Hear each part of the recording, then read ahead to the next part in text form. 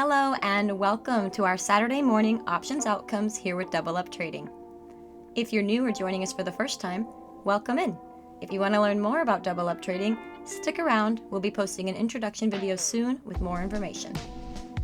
Alright everyone, it will be a quick video today. I'm just here to share the outcomes for the options orders that we had placed for this Friday, January 9th. And it looks like our final forecast was correct. As the market closed yesterday, QS ended the day at a value of $10.61. Because we had priced our put at $11, we received 1,000 shares of QS this morning, just as expected. Like I said in yesterday's video, now that we've acquired the stock, we can continue to make money by selling call options on QS going forward.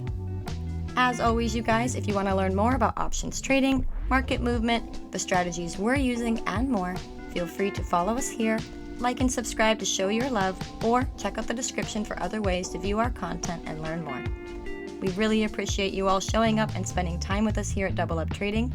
Thanks again for watching, and I'll see you on Monday.